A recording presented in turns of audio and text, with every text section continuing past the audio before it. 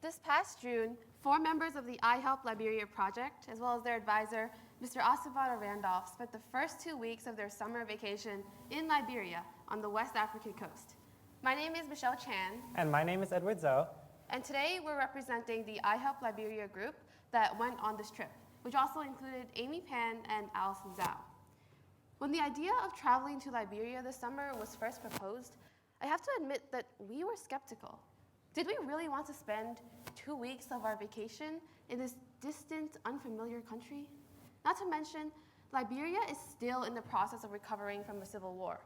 And even more recently, it was hit by the deadly Ebola outbreak. But in August of 2013, news spread across the globe that all 25,000 applicants who took the entrance exam for the University of Liberia that year had failed.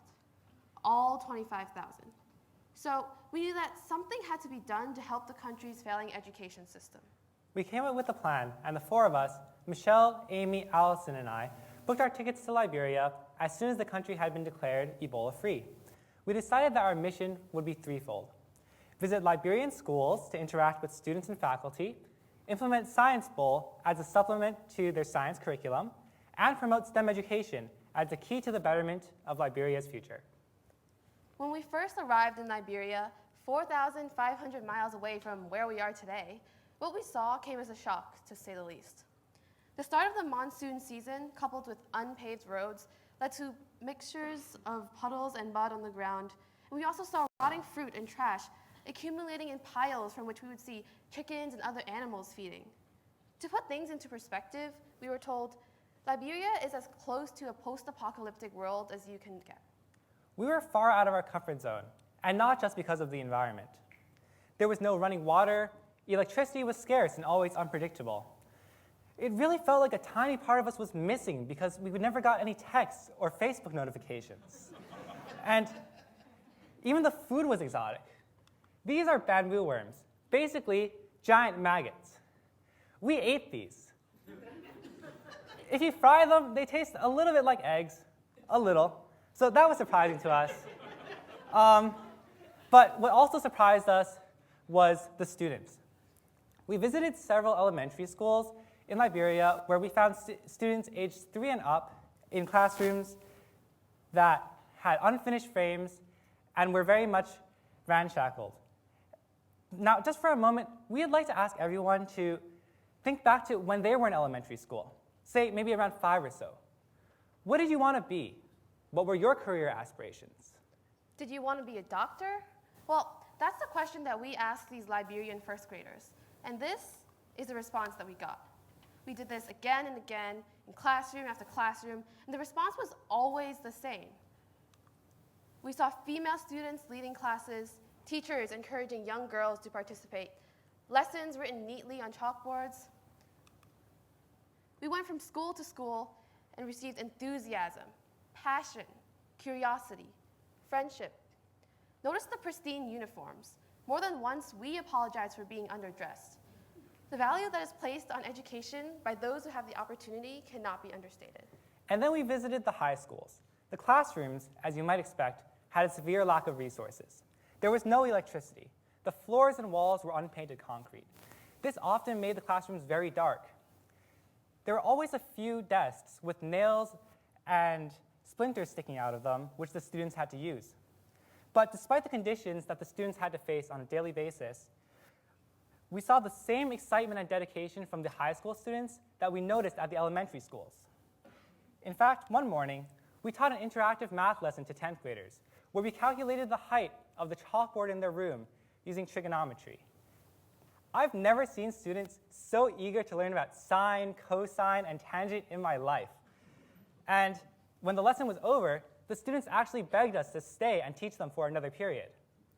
We also wrote up a series of questions that we asked every class that we visited, as you can see here. For instance, one of these questions was, do you plan on going to college? And these were the results. In fact, in most schools, the students laughed at us and said, what do you mean? That's everyone. Almost everyone at least wants to go to college. It was evident that the vast majority of these students plan to pursue higher education in the future. A second question that we asked them was, what do you want to be in the future? And this was the responses. take a look at the percentages of students interested in the sciences. If you add up the number of students who wanted to be medical doctors, chemists, geologists, engineers, that's over 70% of all the students that we surveyed. But there's a disconnect between the goals that the students have and the resources that they need to achieve those goals. You know, in many ways, I-HELP Liberia is not a unique group. There are many organizations, including large international efforts, that are present in Liberia. And as we visited these elementary schools and high schools, we saw evidence of the work that was done before us. Take a look at this barrel. USAID. This symbol is more widespread in Liberia than their country's own flag. These stickers are plastered everywhere, and these barrels are everywhere as well. It demonstrates the extent to which great organizations like USAID have contributed resources to countries in need. But the first time that we saw one of these barrels, we were really upset. And we also understood why we were here. Let's just think about this for a second. Everyone is required to wash their hands at these barrels, or some version of these barrels, before entering a compound, a school, or building of any sort. But these barrels are never cleaned. There's no soap, despite the signs directly above it that says to wash hands with soap. They need to be turned on by hand before washing, which contaminates the tap, and turned off by hand after washing, which simply defeats the purpose. Imagine the number of diseases and bacteria that could be spread this way. And there we were, watching administrators, police, and public officials enforce the usage of these water tanks simply because they're believed to help save people's lives. Here's something else. Not as upsetting, but not very useful sitting there in those boxes, huh? Effectively, a waste of money. And I want to show these slides to bring up an important contrast. The educational spirit and attitude is there. Administration-wise, these schools run better than our own public education system. But the resources are what is lacking. The resources necessary to train properly educated teachers and the resource of modern educational materials. And we as a nation are donating, yes, but this is what we're donating. And even though Liberia may be a third world country, if you give a school, any school, boxes and boxes, but these boxes are filled with outdated, obscure materials, then guess what? They're not going to be used. So are we really helping to solve Liberia's educational problems at all? From the students' desires to pursue the sciences in the future, to the overall lack of knowledge of practical sciences such as disease transmission, to the lack of proper educational resources in the country, it's evident that a greater emphasis needs to be placed on science and other STEM fields. So our attempt to bring science education to the forefront was through the implementation of Science Bowl, which is a quizzing-style competition that involves 2 teams of 4 students each competing against each other to answer various questions such as those in biology, physics, math, and chemistry. We hosted tournaments in 3 cities in collaboration with the Liberian Ministry of Education, and the winning school of these competitions, as well as 7 other schools, received buzzer systems and laboratory kits that each contained a laptop and probes. During these tournaments, though, we noticed that a lot of students had difficulty answering basic math questions, as well as a question regarding the transmission of Ebola. But when these students answered such questions incorrectly, we didn't see apathy. In fact, it was the exact opposite. We saw frustration, a genuine interest to correct the mistakes that they had made, and a competitive mindset that was only intensified. They wanted the knowledge, to learn and to be confident in the information that they were taught. And this was what made us happy. As the tournament continued, this, as well as frantic scribbling during important questions and the strategizing huddles that occurred during pauses, was evidence that our mission to promote STEM education was headed in the right direction. Auditoriums were full of parents, relatives, administrators, coaches, and friends, and they were all actively engaged in the competition. They watched in anticipation during the semifinal and final rounds, bursting into applause as the winners were finally announced. What mattered the most to us was the fact that we were able to start the conversation on science education that has been neglected for so long, to be able to demonstrate the importance of the STEM fields, and to provide an outlet through which students can continue to pursue these fields going into the future. You know, the winning team actually paraded around the town after the competition and Liberians put money into their trophy. Can you imagine that? Even the second place team traveled to our house the next day to take pictures with us. And the losing team, made up of only 9th and 10th graders, actually offered us their school for the upcoming tournament in December. And when we gave a demonstration to the winning team on how to use their new portable lab systems that we had just given them, students and teachers from many other schools stayed to observe this, even long after the competition had been over. In such a sense, we honestly considered ourselves to be among the winners at these tournaments. So why should any of this matter to you?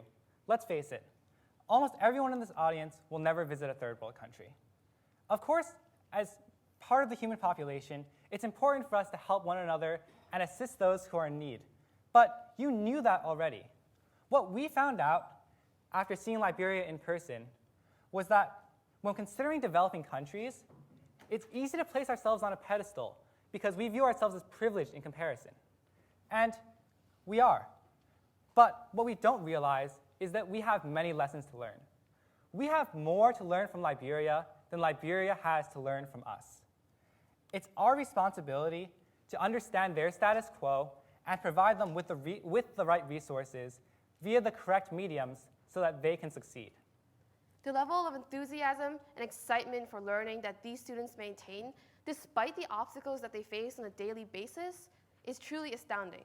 Now, imagine if these students had access to the same resources that students in developed countries do. Imagine if those boxes full of donations actually contain items that the schools would realistically use.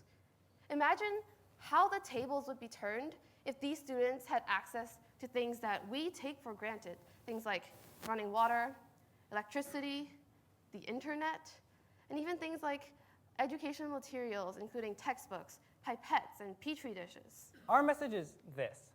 When you take a shower tonight, consider for a moment that people in Liberia and in third world countries around the world, many people will live their entire lives without that privilege. And yet, tomorrow, they will wake up and go to work or go to school with the same unfaltering enthusiasm and dedication that they always have. The question is, can we do the same?